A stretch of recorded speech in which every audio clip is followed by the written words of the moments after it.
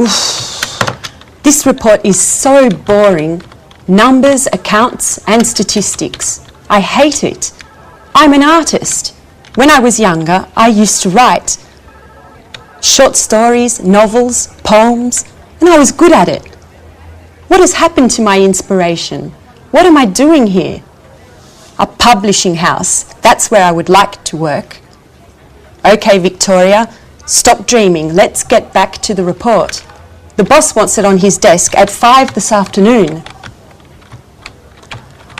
Oh, isn't there anything more interesting to do? Like listening to some good music.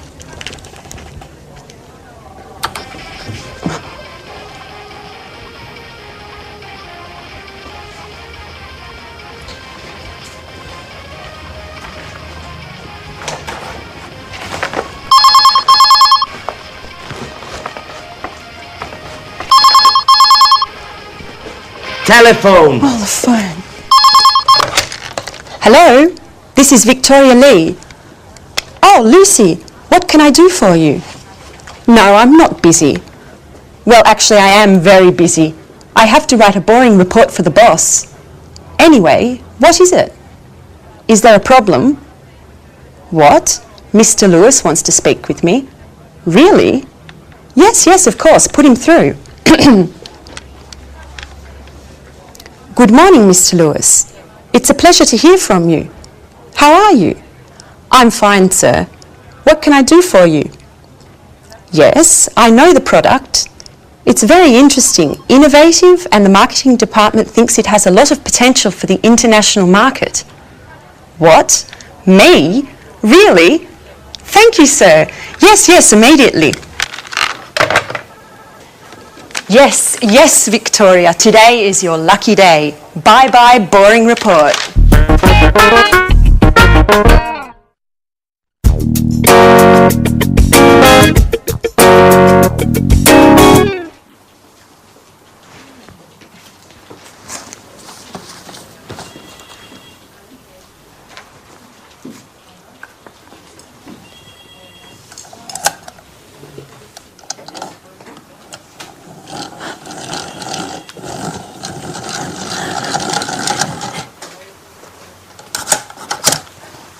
So, you are Anne Baxter. Yes, I am. I'm sorry. Really, I'm so sorry.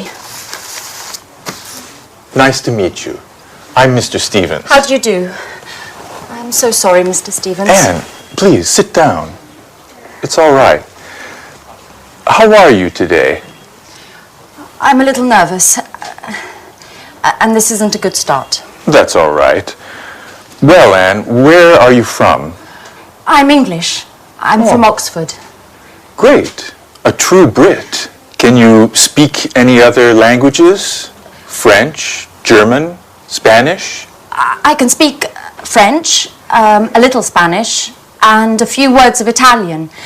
My sister is in Rome studying history of art at university. Okay. Very interesting. And can you use a computer? The internet? I'm not a genius with the computer, but I can use one. Great, Anne. I have your CV here, and I see you already work here. What do you do exactly? I do this and that. I usually work from home. I have an office in my room with a big desk and 2 chairs and... Fine. That's fine. And do you live alone? No, I share a flat with my Australian friend Alice. And there's a new flatmate now. His name is Jack. He's from New York. He's very nice. That's fine. Great, and you're very well prepared. You have a good education, and you're very precise. You're just the person for this internship. Oh, thank you, Mr. Stevens. Thank you so much for this opportunity.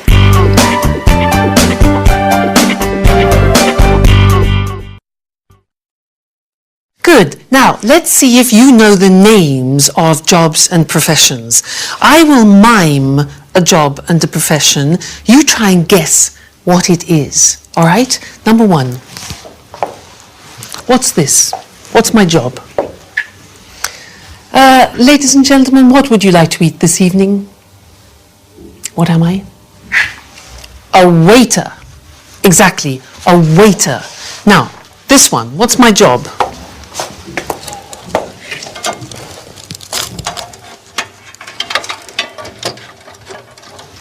Difficult job. I'm a computer technician. A computer technician. Okay, next one. This one.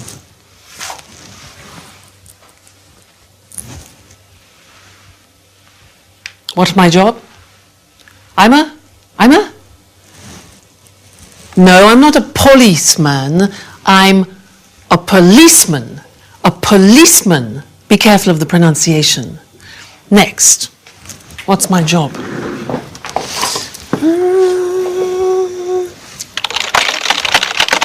Hello? Hello? Yes, yes, yes. Thank you. What's my job? I'm a difficult one. Secretary. Listen to the pronunciation. I'm a secretary. Next one. Let's see. Here. This one here.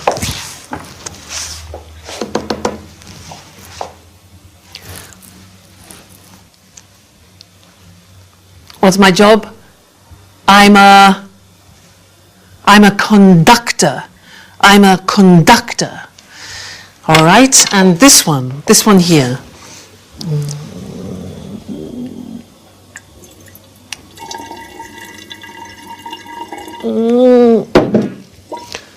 I'm a scientist. Again, a difficult pronunciation. Scientist.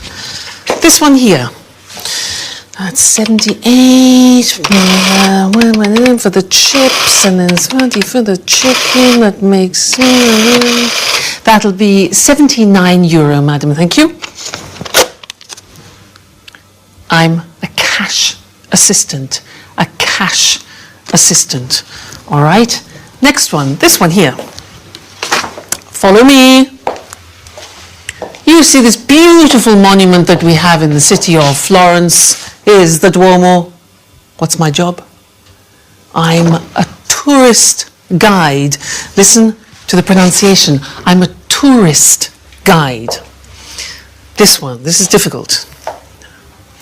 Ladies and gentlemen of the jury, I believe that this man is innocent. My job? I'm a lawyer. A lawyer. Next, this one.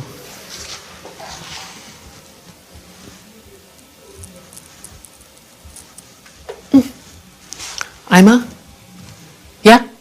painter. A painter. Good. And the last one. What do you think this is?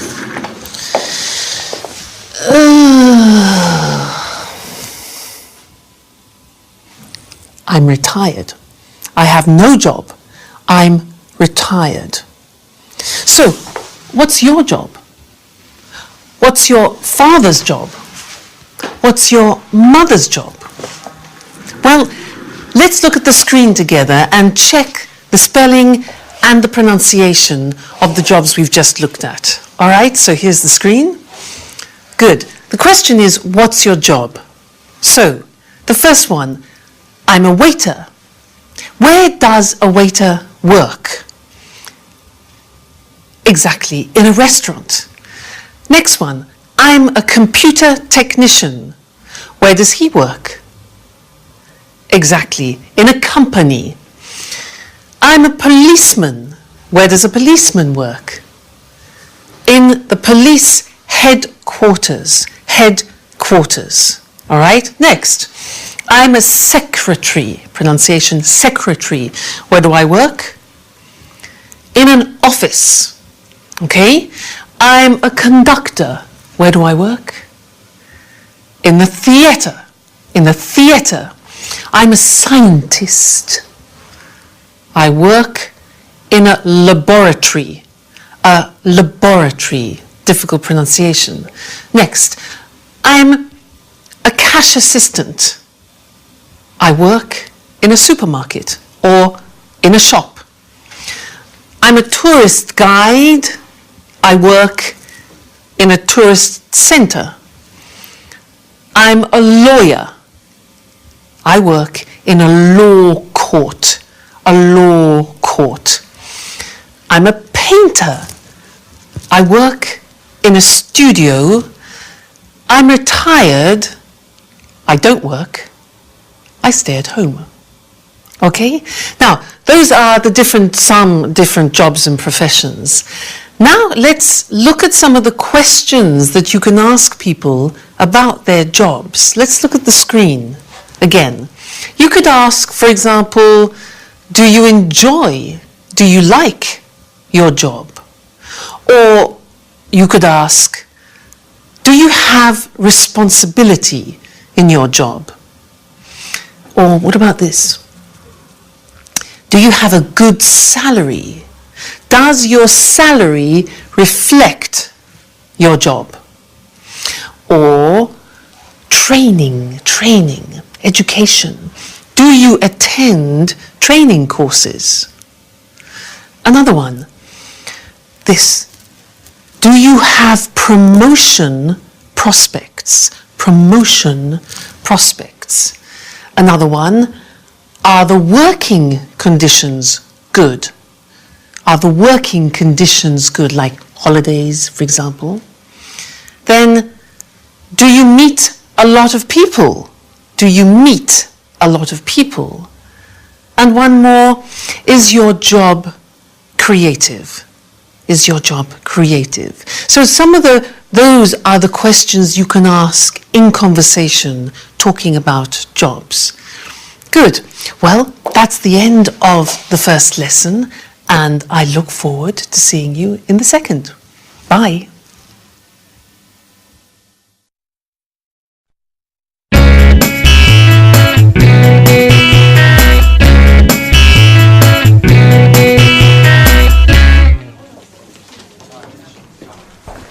Right this way. And this is Gary. And this is Rachel. Hello. Hi. Pleased to meet you. Rachel is a very important team member at our publishing house. She knows everything about the company. Thanks. She was our first employee, 1985. 1985. And she can answer any questions you may have. Okay, Anne, you're in good hands. Have a productive day. Oh, all right, Anne. Are you ready? Well, Mr. Stevens founded this publishing house in 1985. Oh, just a moment.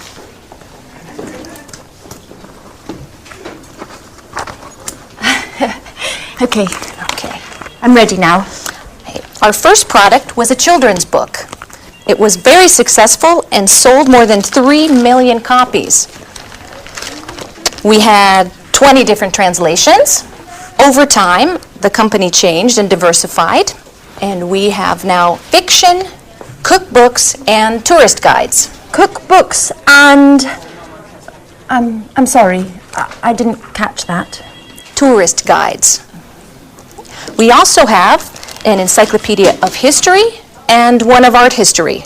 Sometimes we publish economic texts, and our catalog with over 10,000 titles makes us one of the most important publishers in the country. 10,000. We also employ more than 150 people. Is everything clear? Yes, I think so. Okay, as you know, this is Gary. He works in the advertising office, where he develops new client contacts and keeps in touch with our authors. Pleasure to meet you, Anne. It's so nice to have such lovely colleagues in this company. Fine, Anne. Okay, let's move from theory to action. Okay. This is your desk. Here's your computer. Mm-hmm. You know how to use one, don't you? Yes. As I told Mr. Stevens, I'm not... Okay. No need to waste time. Okay. Over there is the fax and the photocopier. Right, okay. There's a coffee machine in the hall over there. But please, few breaks and keep them short. Do you understand? Yes. Excellent, Anne. Get to it.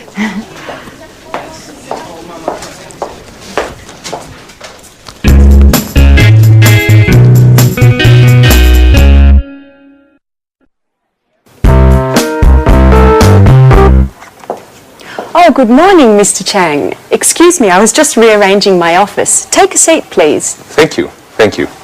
It looks very nice here. Thank you. Well, before we begin to talk about our new product, I would like to give you some information about our company. Speedmaster Spectre is a multinational company which specialises in well-designed, high-tech sporting goods. Founded in Los Angeles in 1995, we now have 15 branches worldwide. That's very interesting, Mrs. Lee. How much is your company's revenue? Over the past few years, Speedmaster Spectre's revenue has grown impressively. Today we have a turnover of more than 60 million euros of revenue. Our revenues abroad amount to more than 50% of that total. Very impressive. And what are your target markets? We have product lines for men, women and children with gear covering head to toe. Our brand is synonymous with reliability. Speedmaster Spectre is trusted around the world and we are considered one of the leaders in our sector. Great. So, what can you tell me about this new product? This is a revolutionary new tennis shoe. It's extremely durable thanks to our high quality materials. We're interested in the Southeast Asian market. We believe that these shoes are the right product for that market. And where are they manufactured? Right, that's our strength. We have factories that meet all work standards and regulations in the countries we would like to target. And what is your role, Mrs. Lee? In the past, I was responsible for the Southern European market. Just last week, I took on a new role to test and distribute our products into the Chinese market. It's a very challenging position. That could deliver positive results. Together we can do great things, Mrs. Lee. Well, goodbye, Mrs. Lee. This meeting has been very profitable for both of us. Let's talk soon. Thank you, Mr. Chang. And yes, let's meet again soon. Great. Bye-bye.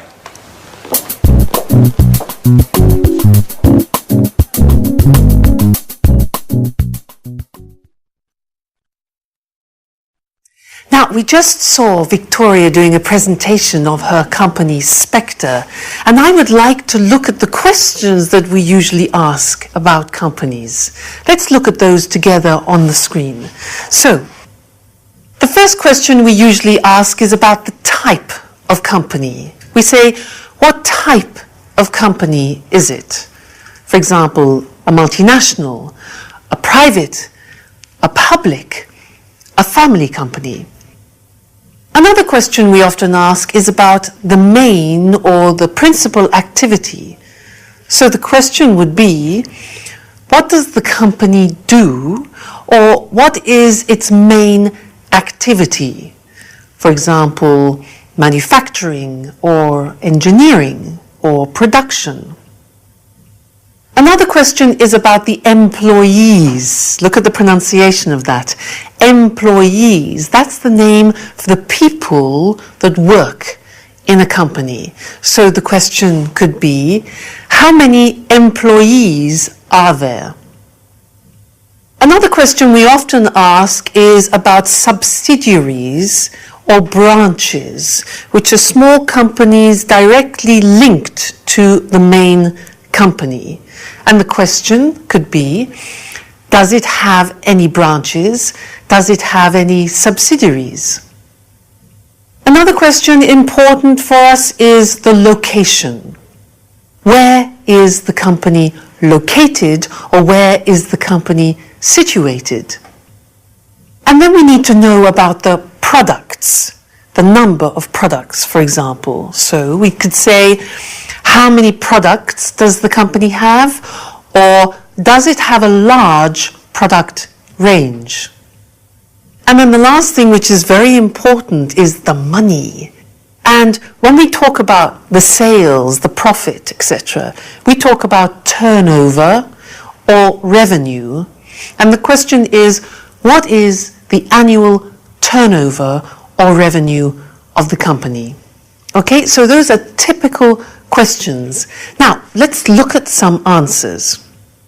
In order to do this, I want to compare Spectre, which Victoria works for, and then I want to look at the company that my brother owns, because my brother has his own company.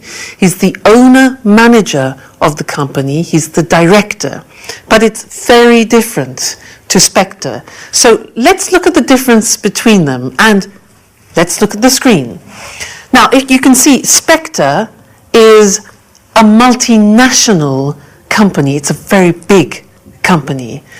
But my brother's company, which is called Decorate, is a small family company. Now, Spectre specializes in sports goods, especially these high-tech shoes. But my brother's company, Decorate, produces kitchenware, objects like this. Kitchenware, things for the kitchen. The employees. Now, in Spectre, they have 1,500 employees. It's a big company. But in my brother's company, there are only 37 employees. Then the branches. Well, Spectre is a multinational. It has 15 branches and factories abroad. But my brother has only one head office. What about the location? Well, Spectre is located in America, in Los Angeles, but my brother's company is located in Manchester, in England. Then, the product range, well, Spectre, this company has many products. It has 140 products. But my brother's company only has 20 so far. Then, let's think of the turnover. Well, Spectre has a turnover of 60 million euro. My brother has a turnover at the moment of 750,000. But that's not bad. So that's the language that we use when we're talking about companies in general. So next time in the third lesson, we'll talk about something new. And I'll see you then. Bye.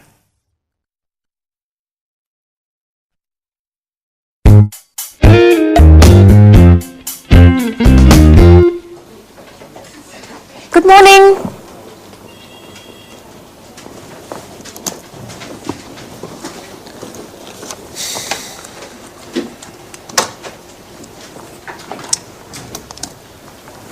So, are you ready? Yes, quite ready. Okay, then let's begin.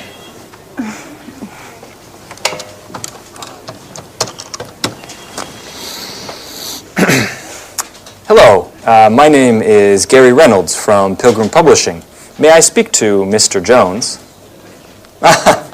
Mrs. Jones, how are you? And how is that wonderful apple pie of yours? I'm fine, thanks. Certainly, I'll hold. With a wink and a nudge, you can get whatever you want, even imaginary apple pie. This author is too important for us. Right. Hello, Mr. Jones. How are you? I'm fine, thank you. I wanted to know if you are interested in contributing to a new cooking guide that we have to bring out soon. Yes, it's a 6-volume collection of recipes to fit the needs of all tastes, with a detailed photo guide for preparation and cooking techniques. And we have to have the materials by the end of next month. Right. Exactly. Sure. Of course. Yes. Excuse me. Could you hold on for a moment? Anne, that's enough. Stop now. I can't concentrate. Oh, sorry, Gary, sorry. Yes. So, As I said earlier, if you accept, I can send you a copy of the contract that you should sign and return. No, I'm sorry. We can't wait until next Tuesday. Well, I'll have to check with my boss. I need to ask Mr. Stevens if we can organize a meeting for next week. In the meantime, do you need any prep materials? No, no problem at all. I can send you an email immediately. Okay, goodbye. It was a pleasure speaking to you.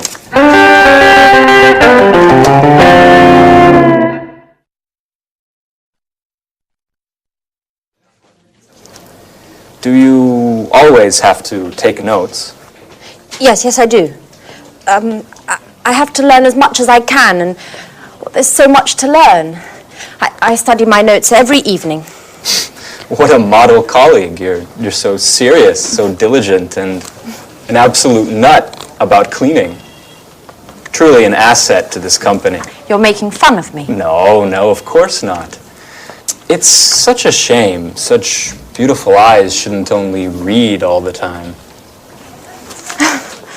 Come on, Gary, stop it. Let's get back to work. Okay. I mustn't pay you any compliments then. So, Ms. Baxter, can you give me the notes from my conversation with Mr. Jones? Okay. So, you said to Mr. Jones that... Oh, I have to start from the beginning, right? Anne, calm down. It's not an exam. I know what we should do. You should try a telephone call. Me? Oh, no. No, I'm not ready yet. Sure you are. It's not that difficult. Okay. Here, Who do we have to call next? try to call Mr. Clifford. Right.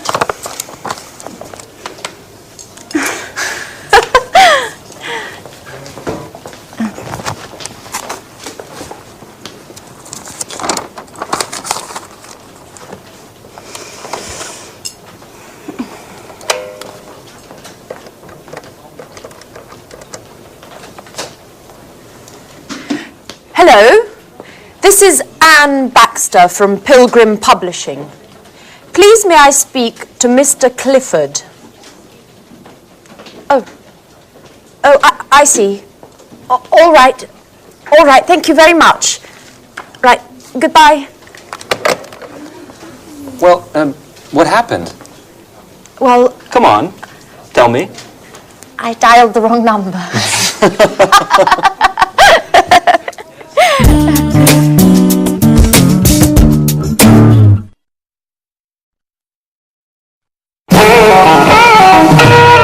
So, Mr. Stevens, may I begin to explain our typographic services? Just a moment, Mr. Richardson.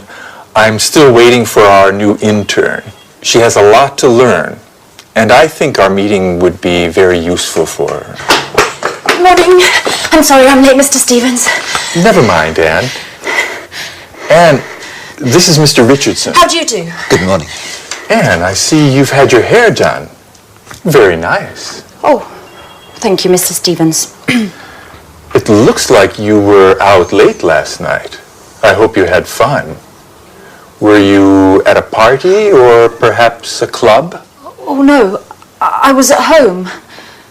Actually, it was quite a difficult night, and... Anyway, I don't want to bore you with my personal problems. Right. So, Mr. Richardson, tell us about your typographical services then. Founded by Charles Emerson, Montex has been active in the typographic market since 1985. From the beginning, we have been known for our innovation and high-quality products. Mr. Emerson's children, John and Lucy, have continued the tradition by improving and enlarging the family business.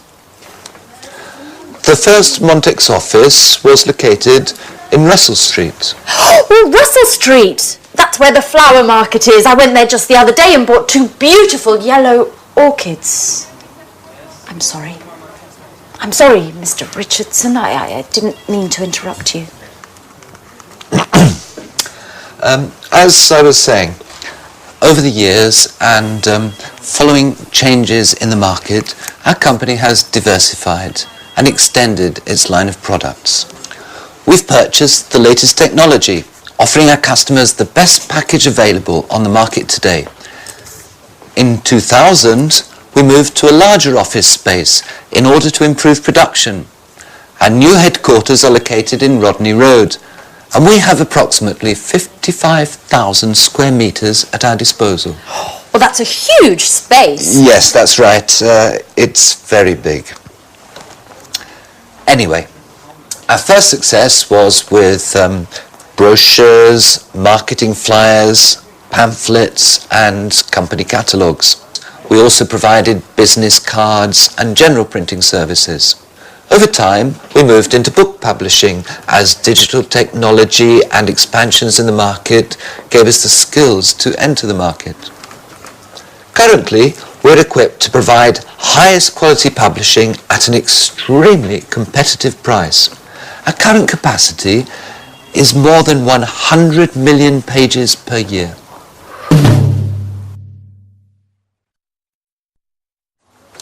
So, Anne, have you understood everything? Would you like to sum up what Mr. Richardson has said? Me? Yes. Could you? Oh, all right, I'll try. Established in 1985 by Charles Emerson, Montex has successfully grown and adapted to changing client needs. In 2000, the company transferred to Rodney Road, where, thanks to cutting-edge equipment capable of high volume, it has optimized its production and extended its offerings, specializing in the publishing sector. Currently, it provides top-quality printing at extremely attractive pricing. Well done, Anne. You have a great ability to summarize. You know, Mr. Richardson, we aren't very pleased with our current typographers. They don't meet deadlines. Professionalism, efficiency, and punctuality are the keys to our success. Do you know that in just a few years, the number of Montex clients has grown by 100%? And what sort of printing do you principally use? Digital printing and offset printing in the case of high density needs. What? Offset printing? Young lady, you work for a publishing house and you don't know what offset printing is? No, sir. I'm afraid I don't. Is it important? And offset printing is the classic way in which a graphic project done on a computer is converted to the final printed page. I get it. I get it! Well, it is important. It's extremely important. What an idiot I must seem. I basically told you I have no technological know-how. You know, Mr. Stevens, I am studying the editor's manual that you gave me, but I haven't got to the letter O yet.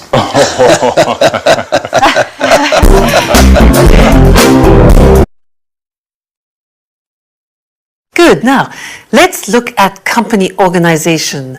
As I said before, companies are usually divided into departments. So let's look at some different departments in a large organization. For example, you can have human resources. Now, human resources is usually personnel, it's training. Training is like education, and it's wages and salaries. Human resources. Another department is finance. Now, in finance, you usually have the areas of purchasing, which is buying things, also customer accounts and other financial services. The next department is production. Now, in this particular department, you have producing the goods, you check the quality, you do the packaging, and you distribute the goods to customers. That's production. And the last one we're going to look at is marketing. And in marketing, you advertise the product and you organize sales. So, here they are: human resources, finance, production, and marketing. Now it's your turn. I am going to describe some activities in these departments, and you must decide which of the department the activity is in, okay? I'll give you an example. For example, which department recruits staff? Recruits, that's a difficult verb, takes on staff. Which one? Human resources, finance, production, marketing. Exactly, human resources. Now, you go. Which department creates an image? Creates an image. Marketing. Good. Next one. Which department manufactures and produces the goods? Oh, that's easy. Production. All right. Next one. Which department, very important, pays salaries? Salaries. Human resources, exactly. Next one. Which of these departments packs the goods in boxes and in crates? Which packs the goods? Packaging. Marketing, no. Production, exactly, it's production. All right. Next one. Which of these prepares invoices? Now, do you know invoices? Invoices are like the bills that you send to customers or suppliers. Which one? That's a job for finance, exactly. Next one. Which department checks the quality of the goods? The quality? Marketing? No. Production, that's it. Good. Next one. Who trains the staff? Who teaches the staff? Who organizes courses? Yeah. Human resources. All right. Now, who dispatches the products? Dispatches, that sends the products. Which one? It is production, actually. It's production. This is easy. Which one designs an advertising campaign? An advertising campaign, obvious. Marketing. Okay. Who does the budget, taxes, and investment? Clear, yeah? That's finance. Finance department, taxes. Now, who purchases? That's a difficult verb. Who purchases? That means buys. Who purchases supplies? Who purchases things for the company? Which one do you think? Marketing, production, human resources? Well, actually, it's finance. Finance. They purchase. And the last one, who plans the method of sales, the method of selling it to the public? Human resources, finance, production, marketing? Marketing. Fantastic. So good. So there you have an idea of 4 of the most important departments that you find in large organizations. Well, that's all for now, and I look forward to seeing you in the next DVD for some more Business English. So goodbye for now. So in that scene, there were some examples of the language we use when we talk about markets. To help us understand that language more, let's go to the computer and see it. So, if a company wants to go into a new market, we talk about it as entering a market or even penetrating a market. Now, if a market has been there for a while, we say that the market is established or it's well established. But often, markets change. If they improve, we talk about the market situation growing or increasing. But if the opposite happens, we say that the market shrinks. It's shrinking or it's decreasing. However, if we find a change which is uneven, we say that the market is fluctuating, that it's changing.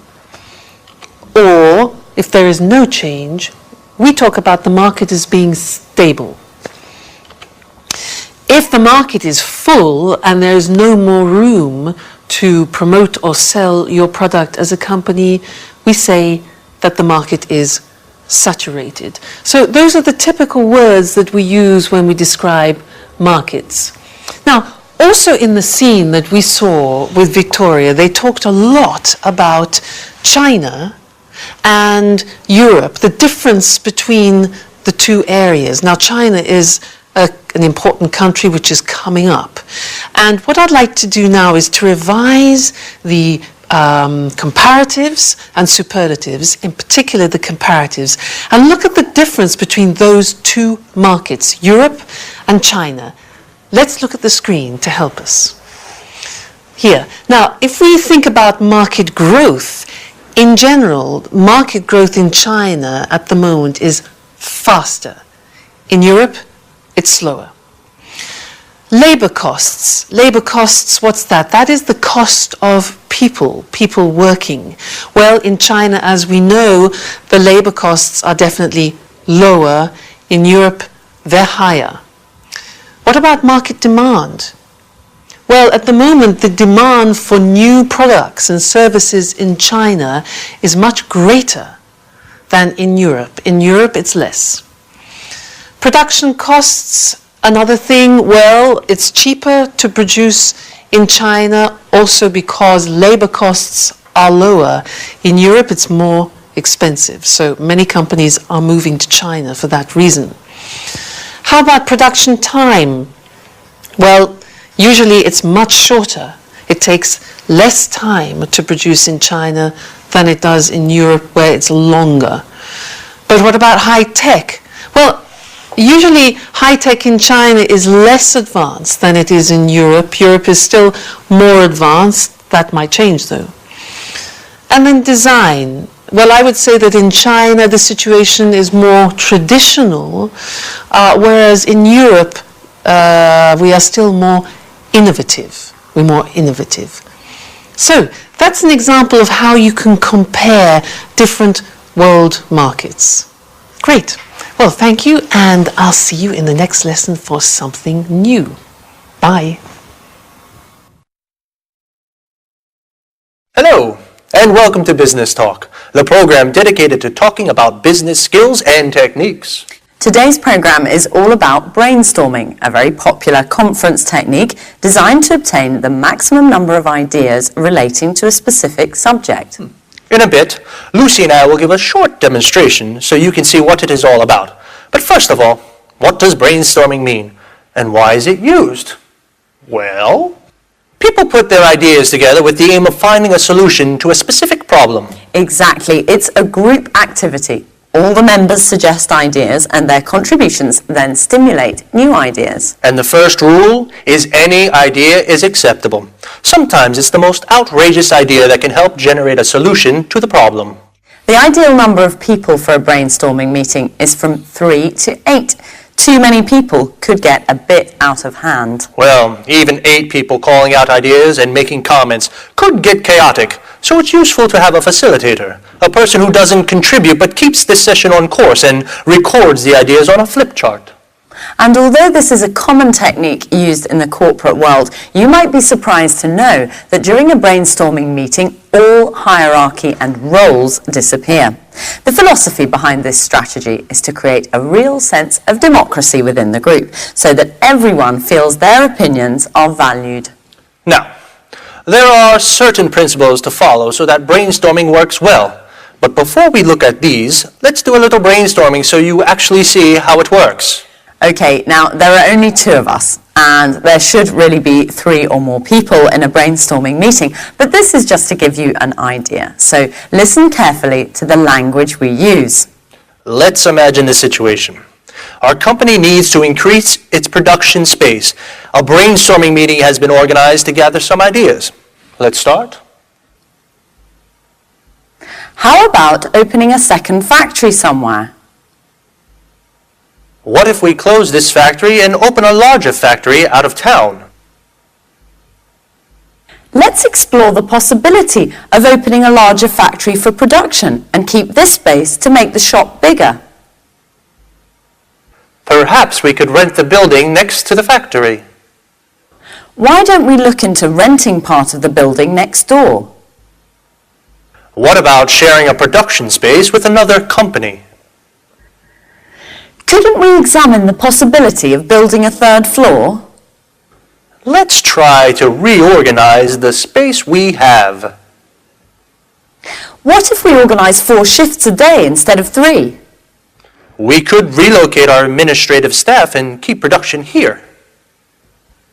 How about keeping the production here and renting some office space for the administrative staff? Would we be able to reorganize the shop floor space? Why don't we try moving all the production to China? We could move part of the production to China. What about closing part of the production line? Couldn't we rethink the production line? How about keeping the production of smaller items here and moving the production of larger items to China? Okay, we're going to stop here because we're running out of time, but this process could go on for much longer until enough ideas have been collected. At this point, a short list is made of the best ideas so that they can be carefully evaluated by considering how each one would work in practice. So the aim is to conclude the brainstorming session with 1 or 2 good ideas that can be put into action and hopefully solve the problem. Did you notice how we didn't stop to judge or analyze the ideas as they came up? Well, that's because if each idea were to be discussed during the actual brainstorming, the ball would never get rolling and too much time would be wasted. Another thing you may have noticed is that Lucy came up with an idea that had nothing to do with increasing the production space. She suggested working 4 shifts instead of 3, which wouldn't solve the problem of space at all.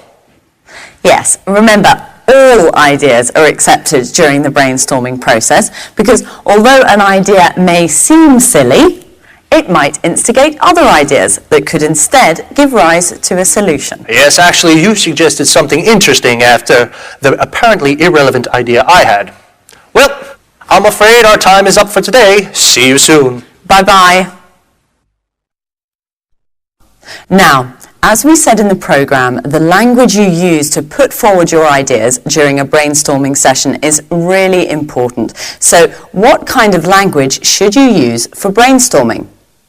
Clear, well-structured sentences, for example, are essential for this technique to be effective. And don't use any imperatives or rhetorical language. Remember, the aim is to create democracy within the group, and everyone should feel that their ideas are valued. Do you remember how we make suggestions? Let's, how about?